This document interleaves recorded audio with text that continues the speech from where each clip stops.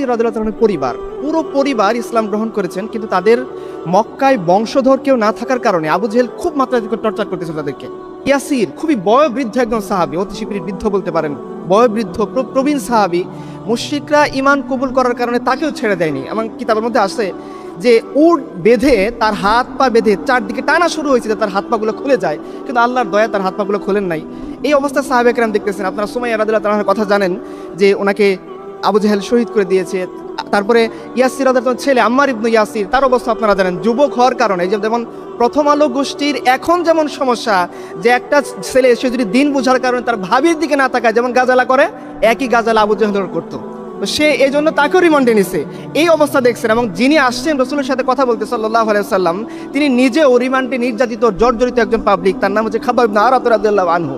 তিনি এসে আল্লাহ রাসূলকে বলছেন, ইয়া রাসূলুল্লাহ, আমাদের এই যে পরিস্থিতি চলতেছে, আমাদের সামনে, আমাদেরই সাহাবী, আমাদের সামনে আপনার উম্মত, আমাদের সামনে আমাদের দিনী ভাই, আমাদের বয়োবৃদ্ধ মানুষ, বয়োবৃদ্ধ নারী সাহাবীদেরকে এত বেশি জুলুম করা হচ্ছে, এটা কবে গিয়ে শেষ হবে?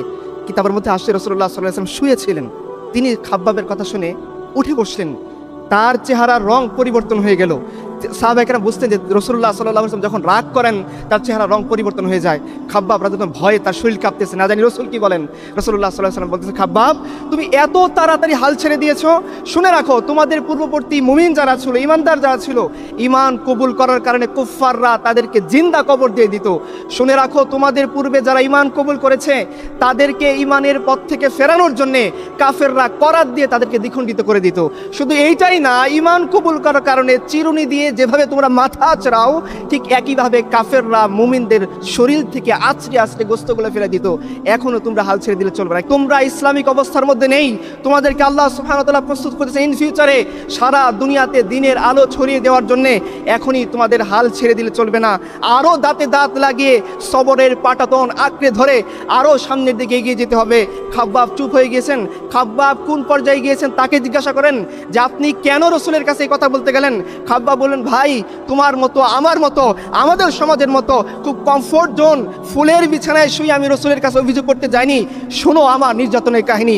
আমাকে কাফেররা উত্তপ্ত মরুভূমির মতো বুকে তো আমাকে লাথি দিয়েছেই, যখন তারা আমাকে অগ্নিস্ফুলিঙ্গের ভিতরে কাবাব বানানোর জন্য ঢুকিয়ে দিয়েছে, আমি আর্তচিৎকার যাতে না করতে পারি তারা তাদের বুট জুতা দিয়ে আমার মুখকে থেতলে দিয়েছে।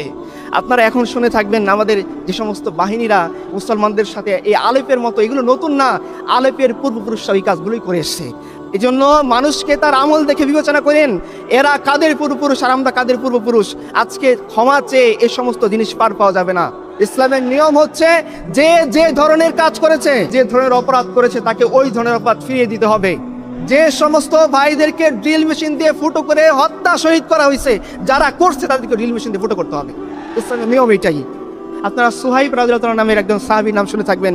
তিনি রোম থেকে হিজরত করে মক্কায় এসেছিলেন এবং ব্যবসা বাণিজ্য করে মোটামুটি কিছু টাকার অধিকারী হয়েছিলেন। একটা পুটলাতে ভরে তিনি তার এই সম্পদটা তার বাড়িতে কি করে গর্ত করে লুকিয়ে রেখে তিনি মক্কা থেকে মদিনাতে যাচ্ছেন।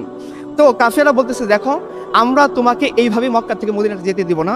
যদি তুমি তোমার অর্জিত সম্পদ আমাদেরকে দান দিয়ে যাও, তবেই আমরা তোমাকে মক্কা থেকে মদিনাতে যেতে দেবো। মানে একেবারে নিঃস্ব হয়ে, রিক্ত হয়ে, শূন্য হাতে তোমাকে মক্কা থেকে মদিনাতে যেতে হবে, নচেত আমরা তোমাকে যেতে দেব না। সোহাইব রাদিয়াল্লাহু আনহু কি করছেন? আজকে মাসলা আমাদের সামনে আসে চাকরির মাসলা, আমাদের সামনে আসে বিসিএস এর মাসলা, আমাদের সামনে আসে কোনো ডিফেন্সে জয়েন করার মাসলা। যখন আসে তখন আমরা নির্দ্বিধায় আল্লাহর দিনকে কুরবানি করে দিই। চলেন আমাদের পূর্বপুরুষ সোহাইব রুমিকে জিজ্ঞাসা করেন, তোমার জীবনের সর্বশেষ সম্পদ তুমি কি করতেছো? ইমানের মোকাবেলায়, দারুল ইসলামের মোকাবেলায় তোমাকে যখন দারুল কুফরে থেকে যাওয়ার জন্য প্রস্তাব দেওয়া হচ্ছে, তুমি কি করতেছো? তুমি কি ধীরে ধীরে করে নাচতে নাচতে কাফেরের হাত ধরে চলে যাচ্ছ? তুমি কি আপোষ করতেছো? তুমি কি আপোষকামী হয়ে যাচ্ছ? ওয়াদ্দু লাউ তুদহিনু ফায়ুদহিনুন, যে তুমিও একটু ছাড় দিতেছো, কাফেরও কি তোমাকে একটু ছাড় দিয়ে রেখে দিচ্ছে? সুহাইব বলতেছেন, না, আমি আমার সমস্ত সম্পদ কাফের হাতে সোপর্দ করে আল্লাহ রসুল সাল্লাল্লাহু আলাইহি ওয়াসাল্লামের হুকুম পালন করার জন্য চলে গেলাম। রাসূলুল্লাহ সাল্লাল্লাহু আলাইহি ওয়াসাল্লামের কাছে যখন এই খবর পৌঁছানো হইল, ইয়া রাসূলুল্লাহ, কাফেররা বলতেছে, দেখো এই যুবক তার সমস্ত সম্পদ কাফেরদের হাতে দিয়ে নিঃস্ব রিক্ত হয়ে একেবারে কেরিয়ার লেস অবস্থায়, দুনিয়ার সবচেয়ে কি বলে লাঞ্ছিত, একেবারে দেহহীন অবস্থায় সে আল্লাহর জন্য আল্লাহ রাসূলের রাস্তায় হিজরত করতেছে। এর চেয়ে বোকা, এর চেয়ে আবেগী আর কে হইতে পারে? রাসূলুল্লাহ সাল্লাল্লাহু আলাইহি ওয়াসাল্লাম বলতেছেন, ওকে তোমরা আবেগী বলিও না। সুহাইব রুমি আল্লাহর সাথে এমন বিজনেস করছে, তার বিজনেস লাভবান হয়েছে। সে সরাসরি ইনভেস্ট করছে কার হাতে? আল্লাহর হাতে। আল্লাহ বলতেছেন ইয়া আইয়ুহাল্লাযীনা আমানু হাল আদুল্লুকুম আলা তিজারা, আল্লাহ আমাদেরকে বিজনেস শেখাচ্ছেন যে মুমিন তোমরা বিজনেস করো, দুনিয়াতে তোমরা আমার কাছে ইনভেস্ট করো, আমি কমপক্ষে 10 গুণ তোমাদেরকে ফেরত দিয়ে দিব। রসুলের কাছে যখন খবর পেয়েছে, রসুল কি বলছেন? দুনিয়ার দৃষ্টিকোণ থেকে সোয়াইব রুমির কোনো কিছু নাই, সে দিনহীন নিঃস্ব রিক্ত অবস্থায় নগ্ন পায়ে খালি পায়ে মক্কা থেকে হেঁটে মদিনাতে যাচ্ছে, মাথার উপরে সূর্য, তার পায়ে কোনো জুতা নেই, সূর্যের উত্তাপের কারণে পা ফুসকা হয়ে যাচ্ছে। এই দৃশ্য দেখে পৃথিবীর যে কেউ পুঁজিবাদী সভ্যতা তাকে নিঃস্ব রিক্ত মনে করতে বাধ্য। ইসলামের বিধান অনুসারে, ইসলামের কালচার অনুসারে, আল্লাহ রসুল সাল্লাল্লাহু আলাইহি ওয়াসাল্লামের বাণী অনুসারে পৃথিবীর সবচেয়ে সফল ব্যবসায়ী হচ্ছে সোহাইব রুমি রাদিয়াল্লাহু আনহু। সাহাবা একরাম চলে গেছেন, তাদের জীবন কি আপনারা মনে করেন যে আমরা অনেকে মনে করি ইসলাম কায়েম হয়ে যাবে, আমাদের দায়িত্ব শেষ?